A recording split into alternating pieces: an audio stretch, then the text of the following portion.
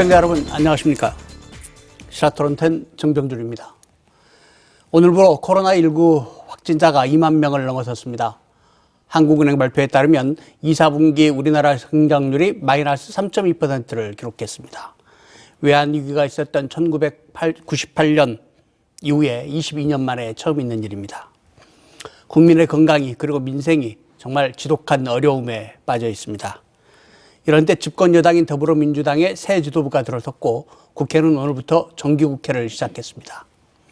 이낙연 당대표를 비롯한 민주당의 새 지도부가 정말 역할을 잘 해줘야 될 그런 때인데요. 시사토론텐 오늘은 더불어민주당 새 지도부가 어떤 역할을 해야 하는지 얘기 나눠보겠습니다. 오늘 토론 함께 해주실 분들 소개해드리겠습니다. 더불어민주당 최고위원으로 선출되신 양양자 의원 나오셨습니다. 네, 안녕하십니까? 더불어민주당 원내 부대표이신 김혜재 의원 나오셨습니다. 안녕하십니까? KBS 보도국의 유성호 기자 함께합니다. 안녕하세요. 안녕하세요. 양 의원님 먼저 축하드리겠습니다. 네, 감사합니다. 네. 예. 호남 초선이시고 또 유일한 여성 최고위원이 되셨는데 일단 당선 소감부터 시민들에게 한 말씀 해주시죠. 네, 우선 너무나 감사하다는 말씀 드리고요. 할당이나 배려가 아닌 우리 당원 동지 여러분 그리고 국민 여러분의 위대한 표로 당선시켜 주셔서 정말 감사드립니다. 4년 전에는 호남 없이 정권 창출 없다라는 그 위기 속에서 제가 최고위원을 원해임에도 했습니다만 이번에는 경제 위기 극복하라는 그 명령에 제가 다시 그 위기에 또 불려 나왔다고 생각을 했습니다. 무거운 책임만큼 또 앞으로 호남을 대변하는 최고위원으로서도 또 여성 유일의 최고위원으로서 또 경제의 메신저로서 최선을 다하겠습니다. 네. 네. 국회는 초선이시지만 최고위원은 벌써 두 번째신데요. 네. 네. 이번에 출범한 이낙연 지도부 정말 중요하게 해야 될 일들이 많을 것 같습니다. 어떤 역할을 해야 한다고 생각하십니까? 우선 코로나19 위기가 이렇게 정말 창궐한 상황에서는 위기 극복이 가장 우선돼야 된다고 생각합니다. 그래서 어제 우리 새 지도부가 논의한 사안 중에 가장 우선시했던 것이 국난극복위원회를 만들어서 대표가 직접 위원장을 맡기로 했고 그리고 그에 따른 이제 경제 회복이 또 큰 과제로 우리 눈앞에 있습니다. 그리고 문재인 대통령께서 한국판 뉴딜 정책을 지금 성공시키기 위해서 노력을 하고 계시는데 우리 지도부가 함께 또 뉴딜 성공을 해야 되는 것이고요. 그리고 여성 2030, 40 세대들의 지지도 다시 되돌려야 한다는 말씀드립니다. 그리고 여당과의 협치를 바란다고 저는 국민들이 바란다고 생각하지 않습니다. 오히려 집권 여당으로서 뛰어난 정책 역량과 압도적 실력으로 야당을 리드해라라는 말씀으로 듣고 있습니다. 그렇게 할 수 있는 것은 결국은 경제에 있어서 유능한 정당이냐 이 말씀인 것 같습니다. 그래서 마지막으로 5가지를 얘기하면 코로나 극복, 경제 회복, 뉴딜 성공, 또 여성 및 2030 세대의 지지 회복.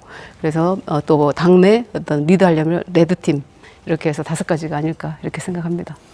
새로 출범한 지도부답게 많은 고민도 하시고 또 많은 얘기들을 내놓고 계신데요. 그 얘기 오늘 시간 내서 차근차근 한번 좀 풀어가 보겠습니다.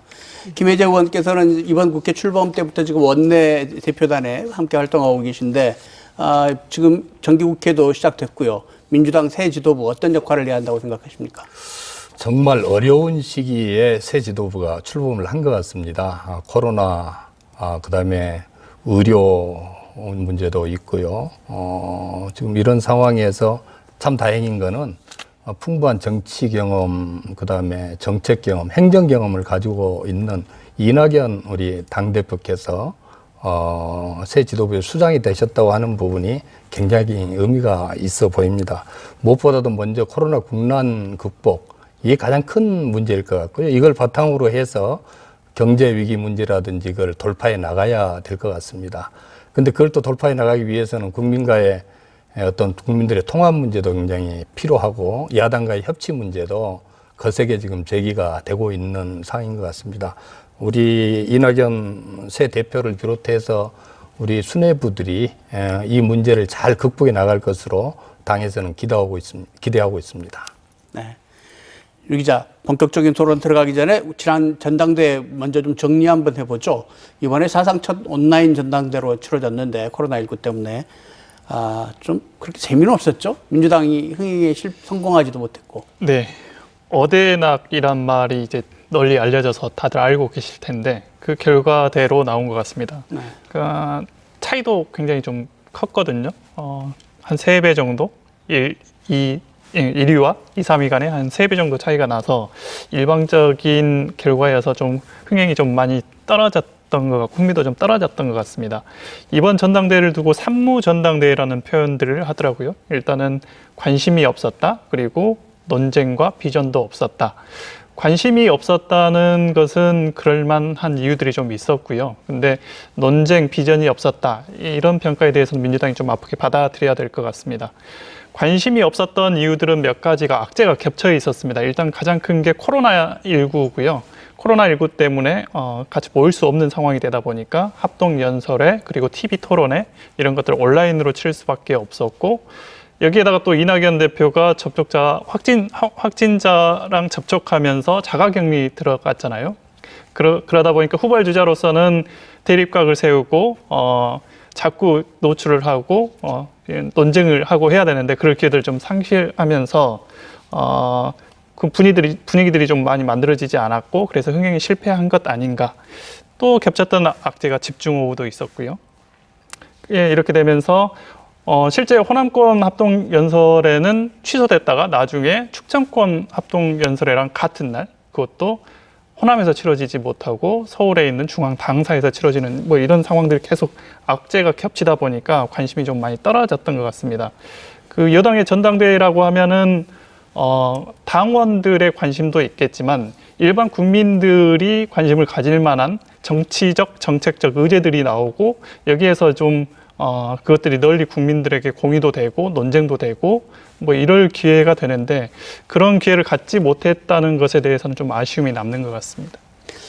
이 전당대회 진행 과정에서 후보들이 정말로 그 서로 토론도 하고 논쟁도 됐다면 아마 관심도 좀 더 늘어났지 않을까 이런 생각도 드는데 양 의원님 혹시 뭐 어떻게 생각하십니까? 네, 이제 논쟁, 비전, 뭐였죠? 하나가? 산무라고 하시는데, 저는 이제 당사자로서, 이렇게 수해도 있고, 코로나19 위기도 있고, 정말 어려운 이 국민들을 뵈면서, 과연 우리가 이렇게 전당대회를 치르는 것이 과연 맞는 것인가라는 생각까지 했었습니다. 그리고 오히려 조용하게, 치르는 것이 맞겠다 이런 생각도 들었었고요. 그럼에도 불구하고 저는 후보들 간에는 뭐 이렇게 정쟁하고 그러진 않았지만 그래도 민주당의 미래를 위해서 언제나 고민의 시간이었던 것 같고 또 한 가지 특이할 만한 사항이 이 비대면 산업으로 이 패러다임 시프트가 일어나고 있는 상황에서 그래도 민주당이 시스템 정당의 면모를 보였다. 정말 세계 유일의 비대면 전당대회를 치르는 그런 위력을 과시하지 않았나 이렇게 또 평가를 해주시고 계십니다. 네. 한 자리에 모이지 않아도 전자 시스템을 통해서 네. 전당대회가 가능했다. 네. 네, 그런 평가될 수 있겠네요. 자, 아까 양 의원님께서 말씀하시면서 첫 최고위원회에서 국난국복위원회, K-뉴딜위원회 이런 걸 만들기로 했다. 네, 이렇게 네. 말씀하셨거든요. 네. 정말 어떤 일들을 하려고 하는 조직인지 좀 궁금한데 먼저 국난국복위원회 어떤 일을 하는 겁니까? 가장 중요한 위원회가 될 것이고요. 상설기구가 될 것입니다. 그래서 그 이낙연 대표 수락사에서도 이제 밝혔던 바가 방역은 물론 국민의 생명과 안전을 해치는 불법과 불공정 행위 또 집단 이기주의나 가짜뉴스까지 엄정히 대처하는 어떤 기본적으로 이제 컨트롤 타워 역할을 하면서 방역 의료 TF 그리고 민생 일자리 TF 그리고 입법 TF까지 해서 정말 우리 앞에 있는 난제들을 빠르게 해결해 나가는 그런 컨트롤 타워의 역할을 하실 것 같습니다. 그리고 그에 따른 이제 전문가들도 지금 인선을 하고 있는데요. 아마 국민들께서 정말 믿고 이제 국난국복을 위한 의지도 정말 강하고 역량이 되겠구나 하는 그런 이제 위원회가 출범을 하게 될 것입니다. 뭐 이낙연 대표께서 뭐 총리도 하셨고 뭐 네. 정부하고 관계들도 뭐 잘 이끌어가지 않으실까 이런 생각이 들긴 하는데 당정 협의 언제 하십니까? 오늘부터 일단 시작을 했고요. 이번 주 내로 아마 이제 여러 번에 걸쳐서 협의를 진행을 하는데 당정 협의 전에 우리 내부의 지도부에서의 협의 또 당 내에서의 협의가 더 먼저 이루어질 것입니다. 네. 제가 이낙연 대표님을 뵈니까요, 이 일머리를 참 잘 아셔요. 특히 위기에서는 그 일의 순서가 굉장히 중요한데 그런 부분을 가닥을 쳐가시면서 참 잘하시더라고요. 네. 워낙 국정 경험이 많으신 분이라서. 네. K위원회는 김태년 원내대표가 위원장을 맡기로 그렇게 했다고 하던데 김 의원님께서 좀 설명을 해주시죠. K위원회 어떤 역할을 하게 될 건가요? 예. 이 국난극복위원회가 코로나 국난하고 경제 위기 극복을 위한 최고의 어떤 정책 결정 그런 기능을 한다 그러면은 K뉴딜위원회는 우리가 이제 포스트 코로나 이후에 경제를 어떻게 끌고 갈 건지, 대한민국을 어떤 방향으로 갈 건지, 이제 그런 사업들을 K뉴딜위원회에서 예산과 정책을 통해서 이행을 하는데, 이 K뉴딜위원회는 그 예산과 입법 문제를 총괄하는 그런 역할을 하게 됩니다. 그래서 이 김태년 원내대표가 이 위원장을 맡아서 원내대표단과 어떤 당정청의 관계를 원활히 하면서 포스트 코로나 이후를 준비하는 그런 기능을 하게 됩니다. 네, 말씀하시죠. 지금 아까 말씀드렸던 문재인 대통령이 이끌고 계시는 한국판 뉴딜이 사실 한국판이 이제 코리아지 않습니까? 그래서 당에서도 그런 기구가 중요하게 지금 출범을 하는 것이고요. 한국판 뉴딜 정책이라고 하는 것이 DNA입니다. 데이터, 네트워크, AI. 네. 그래서 그런 산업적인 부분도 당과 청이 함께 어떤 정책을 성공시키기 위한 그런 위원회라고 보시면 됩니다. 네. 거기에서 또 양양자 의원께서 나름의 경력을 바탕으로 중요한 역할을 하실 것 같고요. 네, 그렇게 하려고 하고 있습니다. 특히 디지털 뉴딜 부분에서는 제가 주도적으로 하려고 합니다. 네. 네. 아무래도 이제 민주당 새지도부 얘기, 국가 얘기하다 보면 지금 코로나19 얘기를 빠뜨리고 갈 수가 없는데 이 얘기부터 먼저 좀 해야 될 것 같습니다. 유 기자, 오늘 우리나라 코로나 확진자가 2만 명이 넘었어요. 수도권과 광주시는 지금 뭐 2.5단계냐 3단계냐 이런 얘기들을 하고 있는데 지금 상황 먼저 좀 정리를 해 주시죠. 코로나 상황. 네, 광주가 굉장히 심각한 상황이었는데 지난 8월 26일 날 이날 39명이 갑자기 확진 판정이 쏟아졌습니다. 이게 교회발 그리고 동구에 있는 탁구클럽 발이었는데 다음날 새벽에 또 15명이 추가가 됐거든요. 그래서 굉장히 위기감이 높아가지고 다음날 아침에 민간합동위원회를 부랴부랴 긴급회의를 소집하고 여기서 3단계를 실제 격상하는 것까지 검토했던 것으로 알려졌습니다. 근데 3단계를 거리두기로 격상하면 굉장히 타격이 크잖아요. 그래서 2.5단계, 3단계에 준하는 그런 행정명령들을 발동하고 한 2, 3일 추이를 지켜보기로 했는데 다행히 그 뒤로 수십 명, 두 자릿수 이상의 계속되는 확진자 추가 발생은 좀 없었던 것 같고요. 지금 10명 이내 정도에서 관리가 되고 있는 것 같습니다. 물론 지금도 그 산발적인 집단 감염이 계속 나오고 있고요.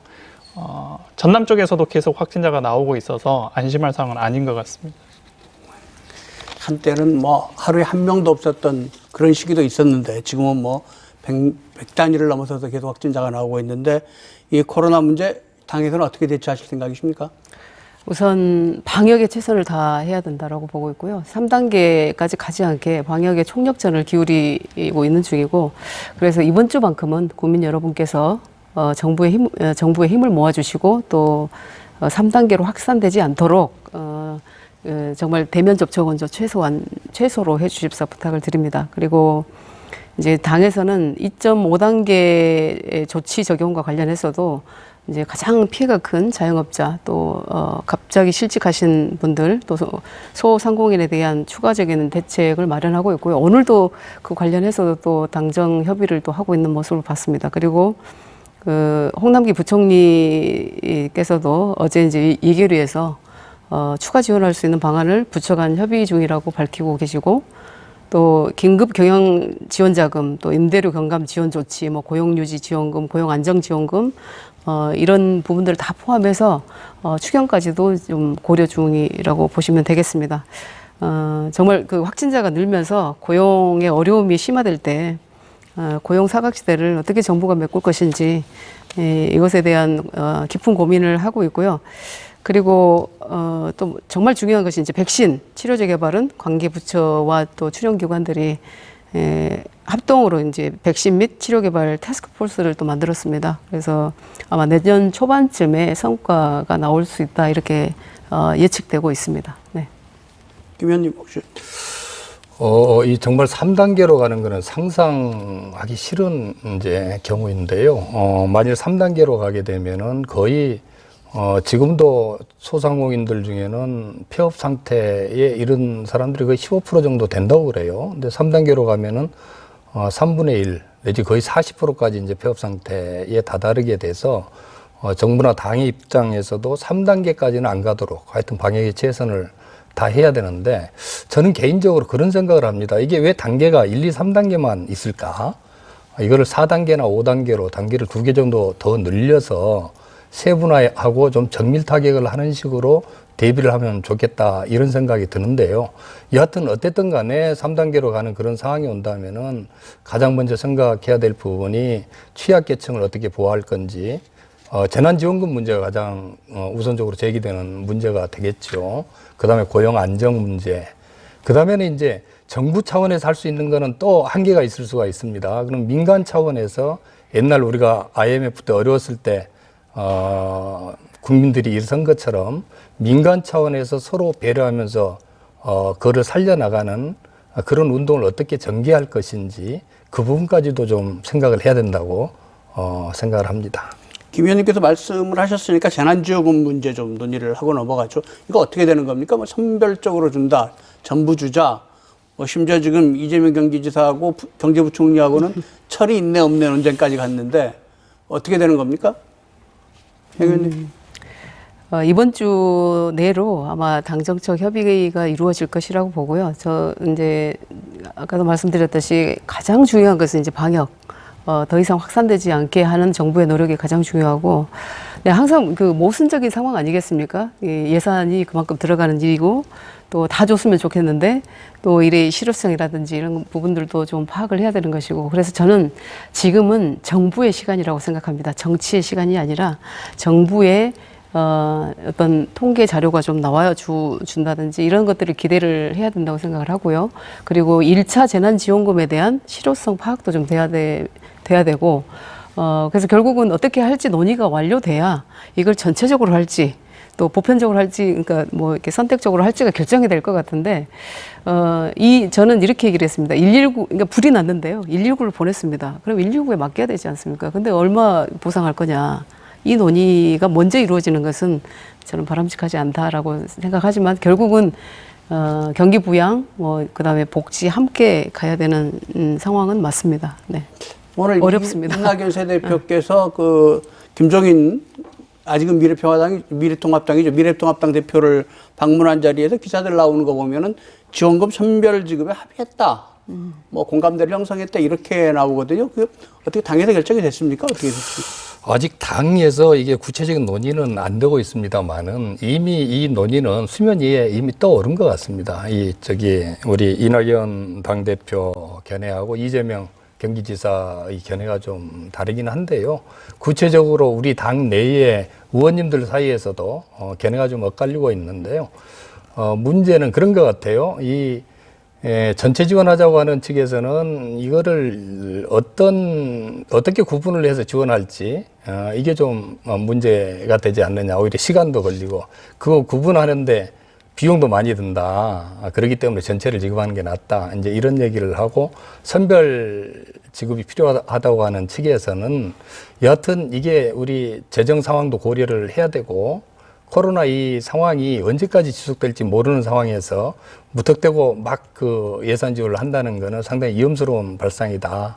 이런 생각을 하는 것 같습니다. 이 두 가지를 좀 종합해서 제 개인적으로는 선별 지원으로 가면서 가급적 그 좀 지원하는 범위를 선별 지원 중에서 좀 높여서 하면은 두 가지를 통합해서 만족스러운 그런 결정을 할 수도 있지 않나. 이런 생각을 개인적으로는 하고 있습니다. 네. 우선 정부의 어제 들은 정부의 어떤 방향은 이 코로나19로 인한 이 피해는 통계를 낼 수가 있다고 얘기를 하고 있습니다. 그러니까 자영업자들의 어떤 매출의 규모라든지 이런 이제 피해 규모는 낼 수 있다. 그래서 통계적 자료, 정말 정량적인 어떤 근거를 댈 수 있는 그런 자료가 나온다면 소상히 설명하는 과정과 또 조금 더 이렇게 선별하는데 좀 가능하지 않을까, 선별 작업이 가능하지 않을까라고 보여지고 있고요. 조금 더 이제 당정 간의 협의도 좀 진행을 해야 되고 조금은 기다려야 될 것 같습니다. 네. 네. 코로나19 때문에 방역도 해야 되고 또 어려운 민생도 보살펴야 하고 해야 될 일이 참 많은데 지금 또 시끄러운 문제가 한 가지 있습니다. 이 의료계하고 정부의 갈등이 이게 심상치가 않습니다. 지금 뭐 계속 지금 전공의들이 뭐 사표 내겠다, 뭐 의료 현장 떠나고 이러고 있는 상황인데 이 문제도 당장 좀 해결해야 될 큰 과제가 아닌가 이런 생각이 드는데요. 유 기자, 먼저 지금 정부하고 전공의들은 어떤 갈등 어떻게 겪고 있는지 정리를 좀 할 필요가 있습니다.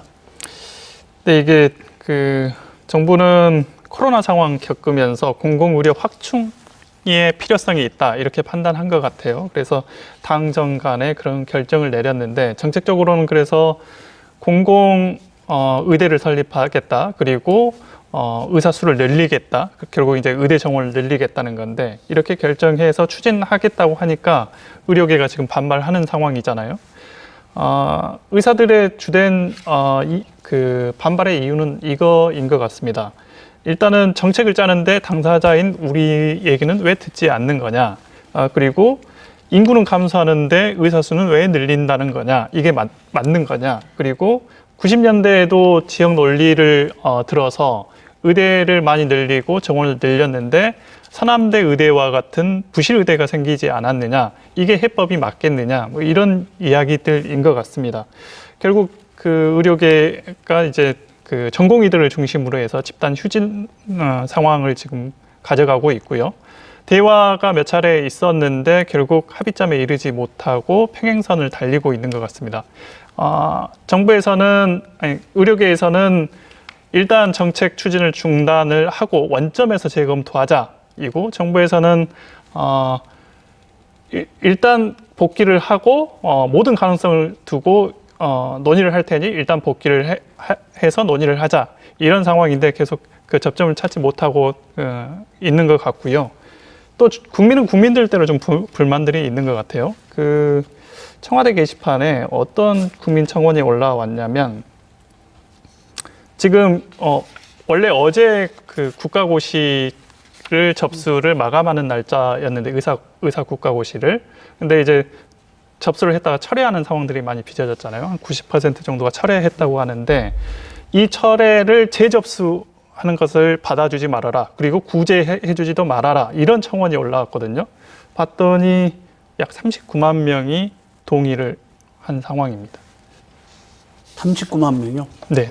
그거 적지 않은 숫자인데. 청와대가 뭔가 답변을 해야 될 기준을 이미 넘어섰네요.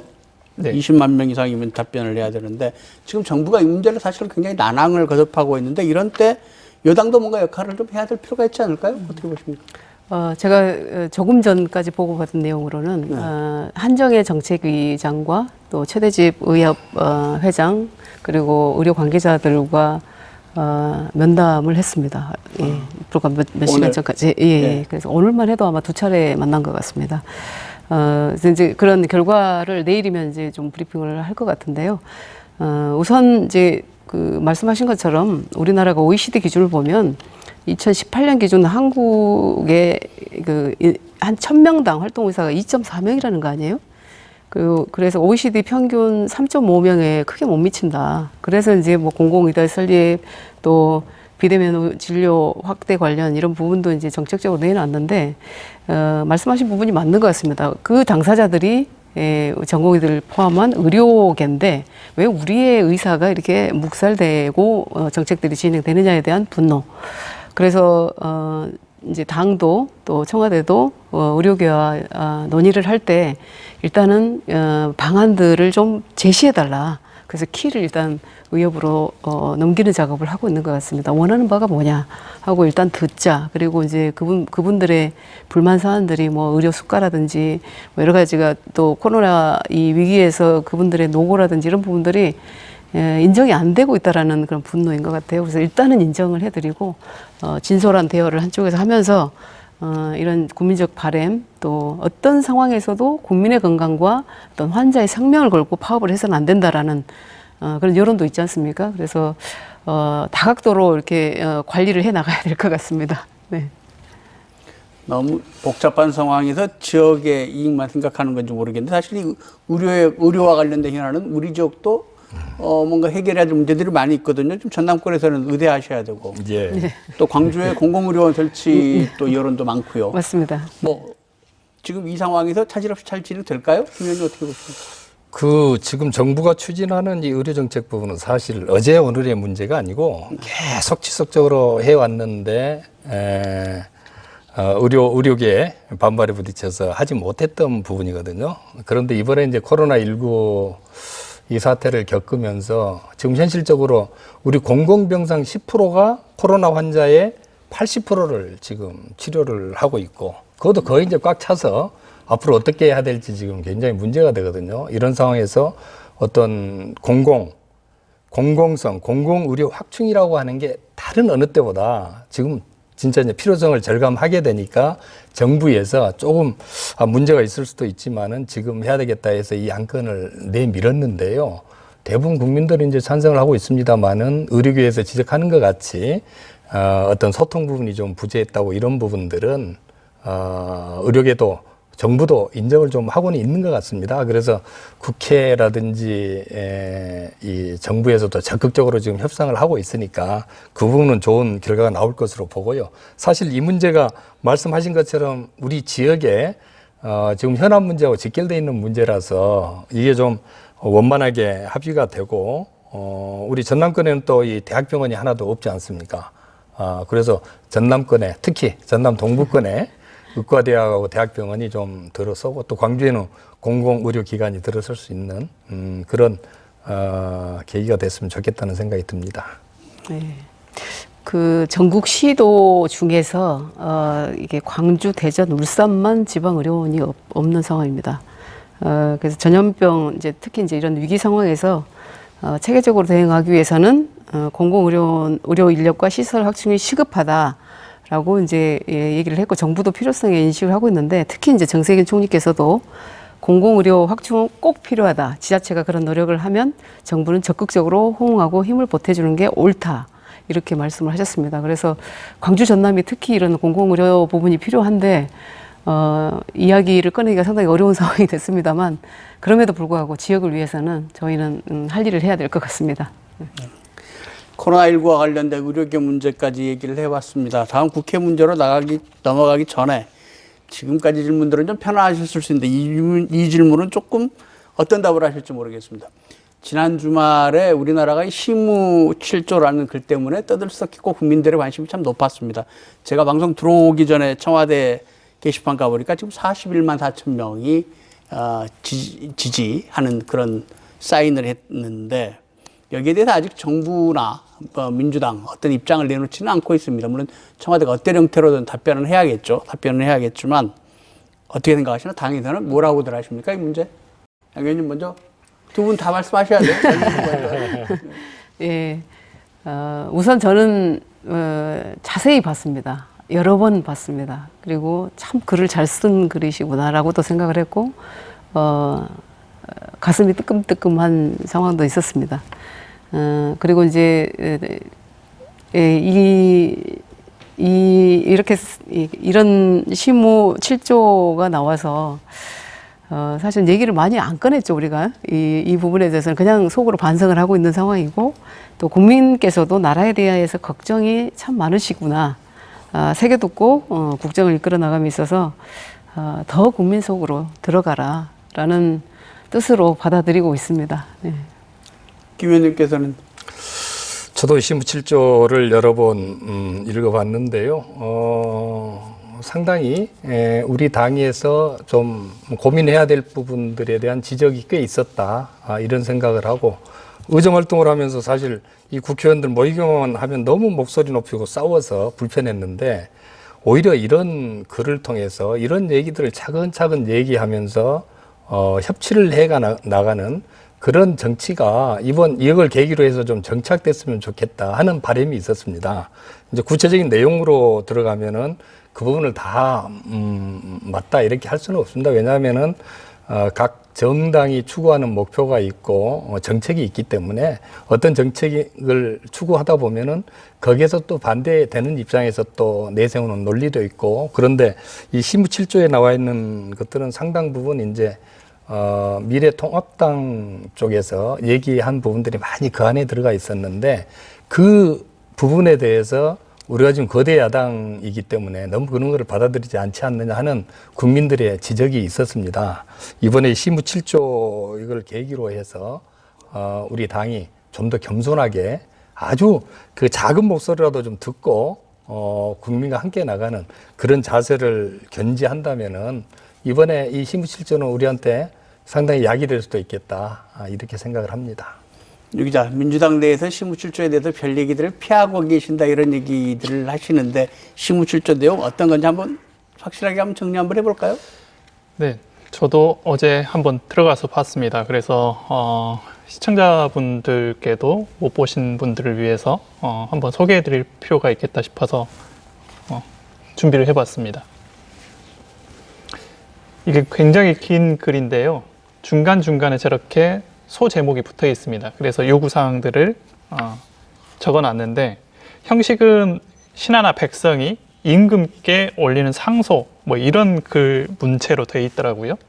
그래서 하나하나 좀 따져보면 세금을 감하라, 감성보다 이성을 중시 여겨라, 명분보다 실리를 챙겨라, 인간 욕구를 인정해라, 신하를 가려 써라, 헌법 가치를 지켜라, 스스로 먼저 새로워져라.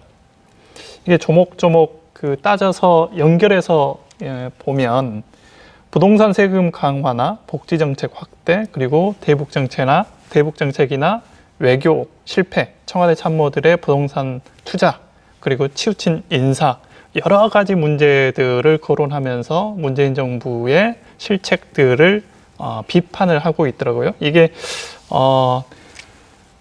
보는 사람에 따라서는 긍정적으로 받아들여지기도 하고 또 다른 측면에서는 부정적으로 읽히기도 하는데 이런 언로가 열려 있다는 것은 참 중요하다 이런 생각이 들었습니다. 그러니까 이게 미래통합당의 얘기로 계속 얘기가 나왔으면 사람들이 또 같은 소리로 뭐 귀 기울이지 않았을 건데 한 사람이 올린 글이거든요. 근데 굉장히 많이 회자가 되고 여러 사람으로부터 논쟁거리가 되고 민주당도 지금 두 의원께서 나와 계시지만 귀 기울이겠다고 하고 근데 이제 이게 논란이 더 커진 것은 8월 12일 날 이 글을 올렸다는데 한 15일 정도가 이제 비공개 상태였던가 봐요. 그러면서 이제 논란이 더 커졌던 건데 그 이후에 이제 또 다른 반박하는 글도 올라오고 여튼 정부나 여당에서 이거를 의미 있게 읽었으면 좋겠다 이런 생각이 듭니다.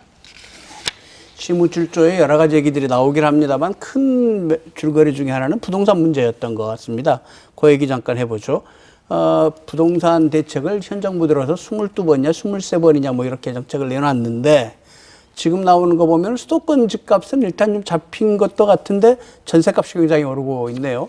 이 부분에 대해서 어떻게 풀어가야 되는지 특히 이 부분은 이제 김혜재 의원께서 지금 국토위원회 활동하고 계시니까 좀 소상히 알고 계실 것 같은데. 예, 이제 부동산이 오르는 그 시점에 정책을 이제 제시를 하면은 지금까지 보면은 계속 정책 제시된 후에 집값이 올라서 새로운 정책이 계속 나오는 게 반복이 됐습니다. 그런데 이번 부동산 정책은 좀 어떻게 보면 가다 싶을 정도로 강한 처방을 해서 일단 부동산 상승 국면은 좀 진정을 시켜서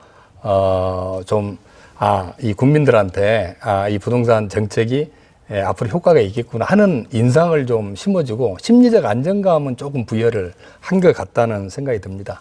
다만 그 과정에서 이제 강한 처방을 하다 보면은 좀 부작용들이 생기기 마련인데 예를 들면은 임대차 3법 이런 걸 하다 보니까 이제 전세를 2번 그 내놓을 수 있었던 사람들 입장에서는 한꺼번에 다음에 4년 후 것까지, 2년 후 것까지 높여받아야 되지 않느냐, 이런 생각들이 있기 때문에 일부 이제 전셋값이 좀 오르고 하는 건 있습니다만은 이것도 이제 한시적인 문제라고 생각을 합니다. 법으로 다 막아놔서 앞으로는 그 문제도 해결이 될 것 같고요.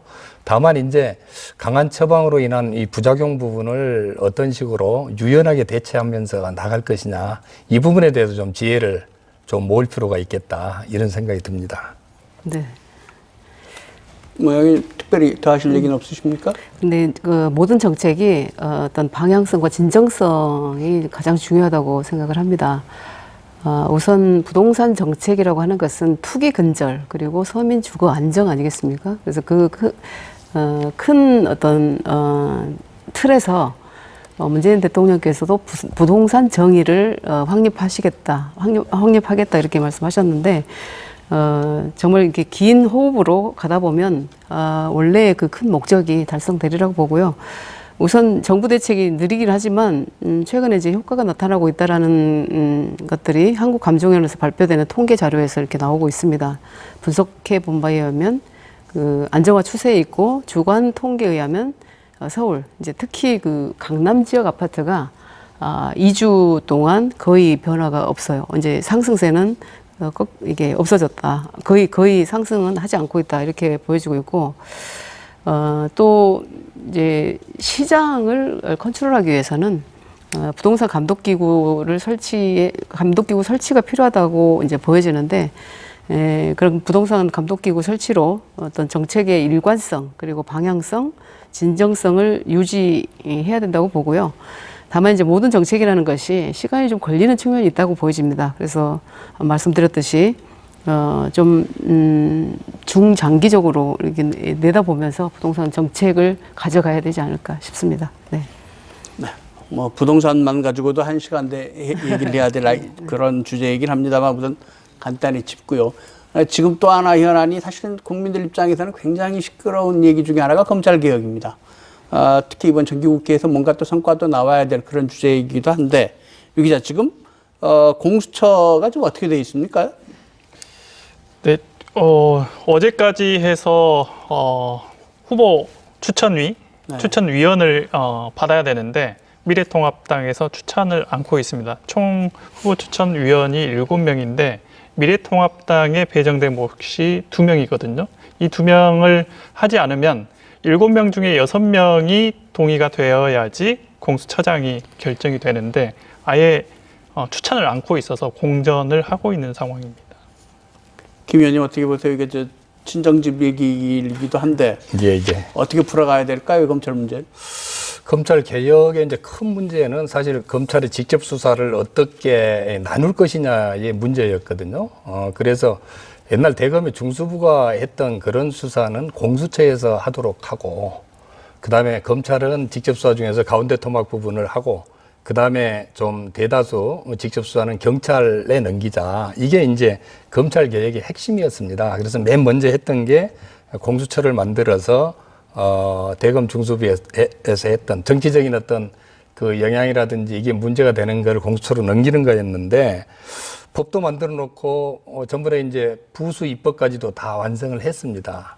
이제 남은 거는 공수처장을 임명을 하고 그다음에 공수처 기구를 출범을 해야 되는데, 그 임명 과정에서 통합당의 지금 비협조적인 태도 때문에 그거 못 나가고 있어서, 이런 상황이라면은 계속 이렇게 공전을 하고 기다릴 것이냐, 아니면은 법을 좀 서로 만들어서라도 이 공수처가 빨리 출범할 수 있도록 할 것이냐의 문제인데, 제 보기에는 이 부분은 지금 국민들이 촛불 그 혁명을 통해서 우리 국가권력기관의 개혁 문제를 제기를 했고, 거기에서 탄생한 게 이제 공수처지 않습니까?